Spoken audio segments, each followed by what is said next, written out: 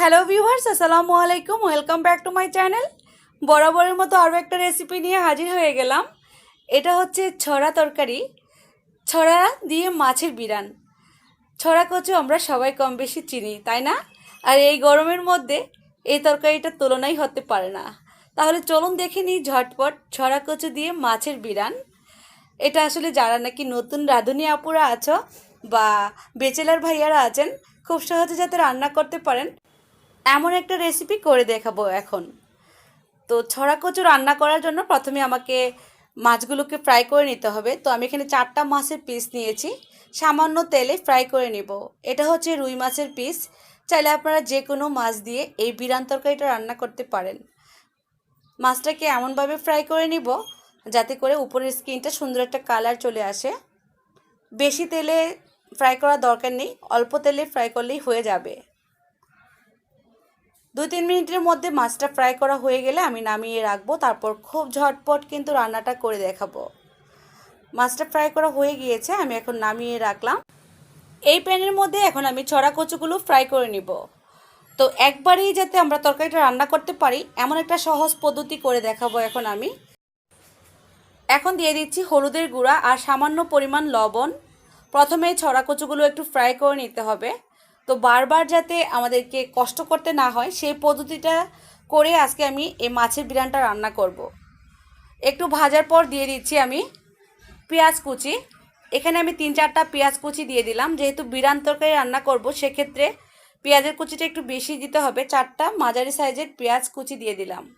আবারও দিয়ে দিচ্ছি সামান্য পরিমাণ তেল, অর্থাৎ 2 টেবিল চামচ পরিমাণ তেল।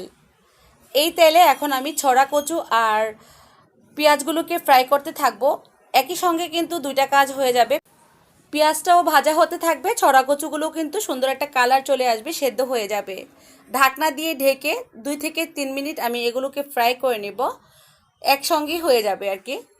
এই যে লক্ষ্য করলে বুঝতে পারবেন পেঁয়াজের কালারটা কিন্তু সুন্দর একটা কালার চলে এসেছে, আর ছড়া কচুটাও সেদ্ধ হয়ে গিয়েছে মোটামুটি। এখন আরও একটু ঠিক এইভাবে উল্টিয়ে পাল্টিয়ে আমি ফ্রাই করে নিব।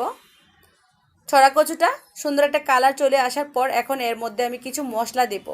তার আগে 4-5টা আস্ত কাঁচামরিচ দিয়ে দিলাম, আদা পেস্ট, রসুন পেস্ট 1/2 চা চামচ পরিমাণ করে দিলাম, মরিচের গুঁড়া দিব 1/2 চা চামচ পরিমাণ, ধনিয়া গুঁড়া সামান্য পরিমাণ, সামান্য পরিমাণ বলতে 1/2 চা চামচ পরিমাণই দিলাম। এখন আমি এই মশলাটাকেও ভেজে নেব এই ছড়া কচুর সাথেই। এতে করে কিন্তু একসঙ্গেই সবগুলো কাজ হয়ে যাচ্ছে, আমাদের এই তরকারিটা রান্না করার কোনো ঝামেলাই থাকলো না। আর যদি না হতো তাহলে কিন্তু ছড়া কচুগুলো আলাদা করে ফ্রাই করে নিয়ে তারপর আবারও পেঁয়াজের মধ্যে মশলা দিয়ে কষাতে হতো। তো এখন এর মধ্যে আমি পানি দিয়ে দিব, কারণ মশলাটা কিন্তু কষানো হয়ে গিয়েছে ছড়া কচুর সঙ্গেই। 2 কাপ পরিমাণ পানি দিয়ে দিলাম। যেহেতু এটা আমি বিরান তরকারি রান্না করব সেক্ষেত্রে পানিটা একটু বেশি পরিমাণেই দেব, তারপর শুকিয়ে ফেলবো আর ছড়া কচুটাও এর মধ্যে সফট হয়ে যাবে। ঢাকনা দিয়ে ঢেকে রাখবো 5 মিনিটের মতো। চুলার আঁচটা থাকবে মিডিয়াম ফ্লেমে। 5 মিনিট পর ঢাকনাটা খুলে মাছের পিসগুলো দিয়ে দিব। মাছের পিসগুলো আমরা তো ফ্রাই করে নিয়েছিলাম, তাই না? তো এখন আর হতে সময় লাগবে না।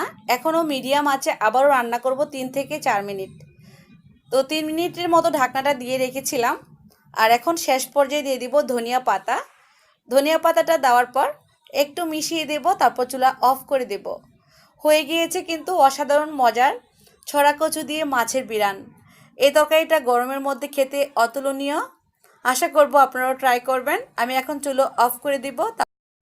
আর আপনাদের কাছে অনুরোধ থাকবে যারা আমার চ্যানেলে নতুন, এখনও আমার চ্যানেলটা সাবস্ক্রাইব করেন নাই, প্লিজ সাবস্ক্রাইব করে ফেলবেন। সাবস্ক্রাইব করে পাশে থাকা বেল আইকনটাতে ক্লিক করবেন, তাহলে কিন্তু আমার নিত্য নতুন রেসিপিগুলো দেখতে পারবেন।